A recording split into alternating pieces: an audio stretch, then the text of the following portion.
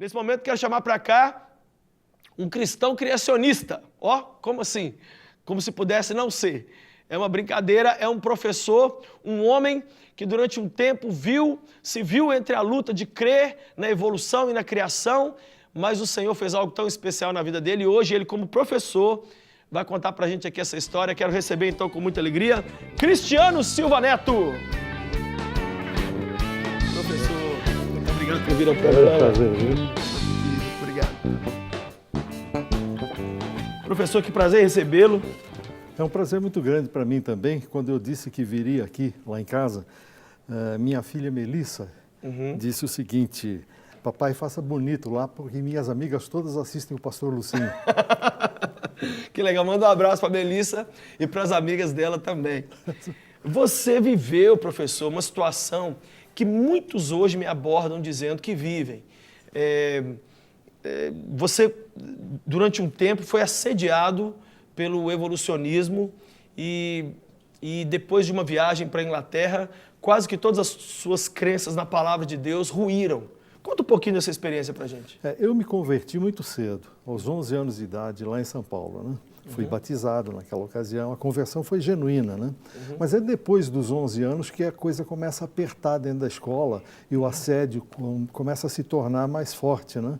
E aí veio aquela dúvida, será que o que estão me ensinando agora, em termos evolucionistas, é a verdade sobre as nossas origens ou é a Bíblia que diz a verdade sobre as nossas origens? Porque se a Bíblia tiver um erro lá, deve ter outros ao longo dela, então já não se sabe se ela merece ou não o nosso crédito, né? Então, essa dúvida me acompanhou durante muito tempo, né? E eu perguntava aos pastores, os pastores não estavam preparados para dar essa resposta porque ainda não havia o ministério criacionista constituído dando essa orientação. Eu ia para a escola, na escola diziam: "Ei, larga esse livro da capa preta para lá, rapaz, aí é só um mito, fantasia da imaginação, coisa que os antigos pensaram e que quiseram explicar, mas não sabiam como, e escreveram isso que está aí, né?"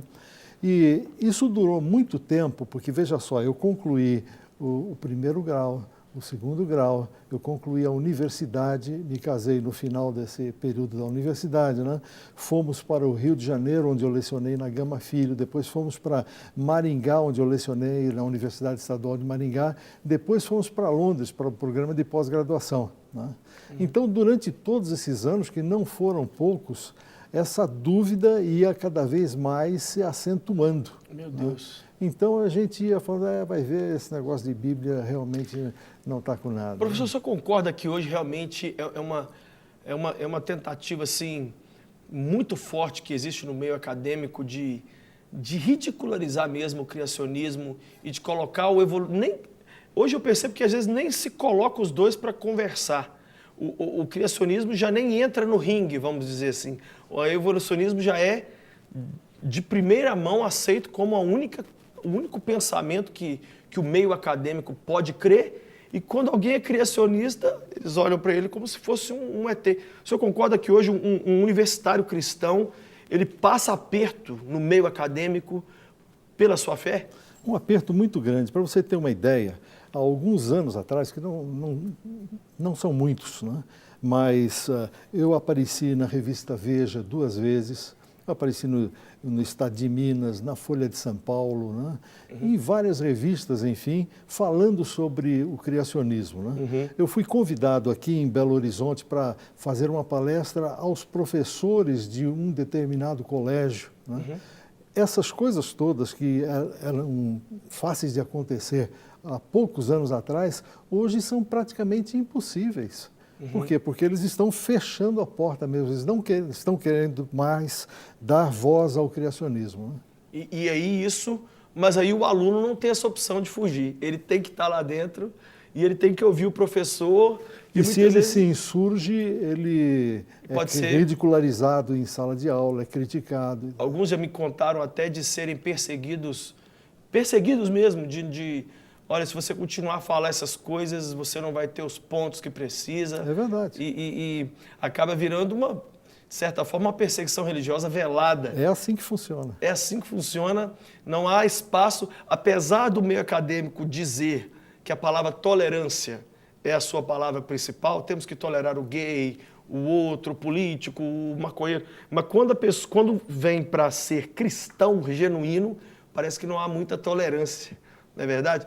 Mas aí, o senhor teve uma experiência que te fez acreditar de vez que realmente o criacionismo é a base daquilo que o homem tem que viver. O que acontece é que ao longo desses anos todos a fé vinha se enfraquecendo, né? Descendente, né? Um degrau de cada vez e tal, né? Mas quando estava lá bem fraquinha já, né? Deus sempre fazia alguma coisa para a gente subir uns degraus à espera do que seria a resposta definitiva, né?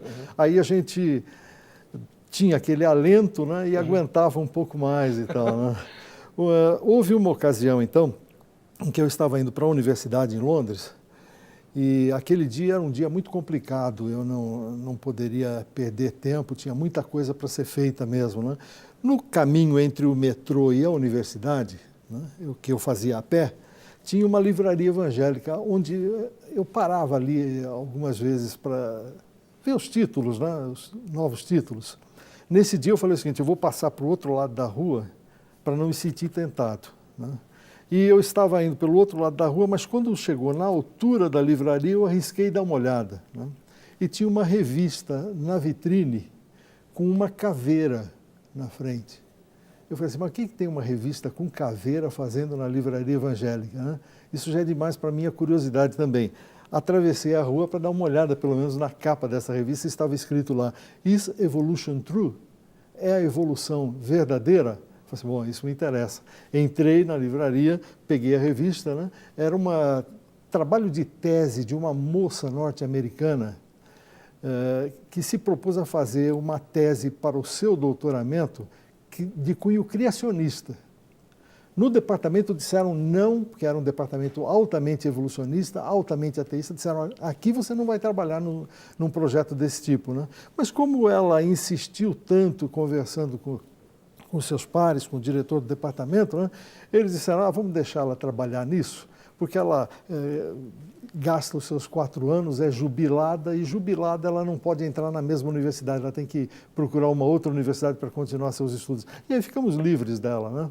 Bem, ali dizia o seguinte, que ela havia feito um trabalho tão perfeito que eles não puderam deixar de dar a ela o grau de doutoramento. Meu Deus, que lindo. E aí eu falei, bom, se isso é verdade, meus problemas vão terminar aqui. Com essa revista, né? Comprei a revista, levei, não pude lê-la até a madrugada daquele dia, porque tinha muito trabalho mesmo, né? Mas de madrugada comecei e entrei madrugada dentro para ler tudo, né? Quando eu terminei de ler, era do Ministério Criacionista norte-americano, aquela revista, né? Eu disse o seguinte, olha, eu ainda tenho que ler muito mais sobre esse assunto, mas aqui eu já sei que os problemas terminaram. Tá? Que legal. Eu reconheço que a teoria da evolução é falsa ciência e minha fé deu um salto assim até os 100%. A gente já está caminhando para o fim, mas eu preciso que o senhor fale um pouquinho sobre a ABPC. O que é a ABPC? É uma associação criacionista, é a vertente do Ministério Criacionista, uma das vertentes aqui no Brasil. Né? O senhor fundou, voltando para cá. Isso, naquela ocasião lá na Inglaterra eu tive até a oportunidade de ir para uma outra universidade no Canadá, mas resolvemos voltar para o Brasil porque eu senti que Deus queria que eu fizesse esse trabalho aqui no Brasil. Né? E hoje, então, o senhor dá aulas, palestras, escreve e tudo isso dentro dessa área do criacionismo, dando ferramentas para a igreja brasileira para a gente levar isso que você não teve, nós temos então. Isso, em 79 a associação foi fundada. Desde 1987, nós viemos de Viçosa para Belo Horizonte. Eu estou em tempo integral na Associação Brasileira de Pesquisa da Criação. Eu trouxe um livro nosso, Origens, a Verdade Objetiva dos Fatos. Meu Deus! Esse é seu. Que lindo! Cópia. Muito obrigado. Olha aqui o livro. Muito obrigado pelo. E nós escrevemos um artigo, Novos Tempos, Novas Ações, uma palavra aos seminários, pastores, educadores, e nós queríamos enviar para o seu público, né? Claro. Bastando que eles nos escrevam para a ABPC. A ABPC são as iniciais de Associação Brasileira de Pesquisa da Criação, né? @impacto.org. Sim, está aparecendo aí na tela agora. Tá certo. Então, se inscrever para eles. Nós vamos enviar isso por e-mail. Acredito que as pessoas vão gostar do artigo. Que legal. Eu vou pedir ao senhor um favor agora, que a gente faça uma oração.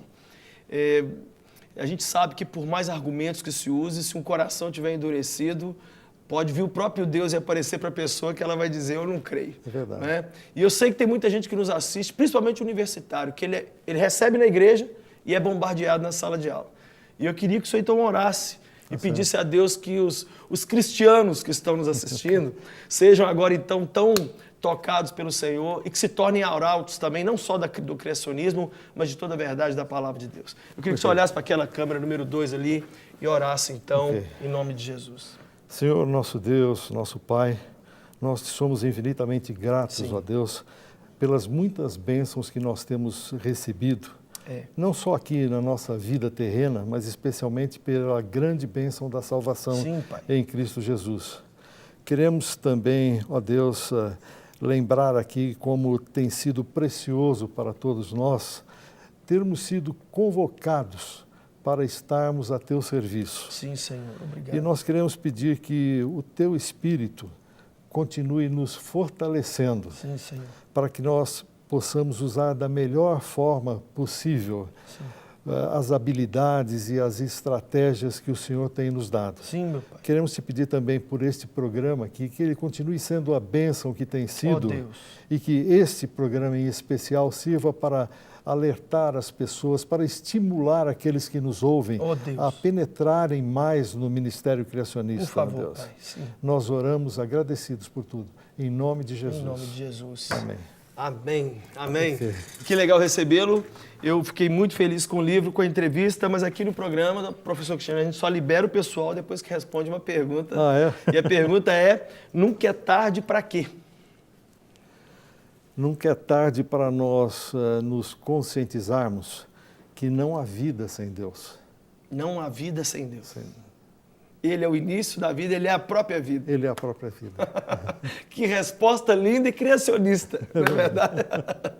Muito obrigado. Leva de novo um abraço para a Melissa, para a família toda. Um prazer muito grande recebê-lo aqui no programa. Obrigado por vir.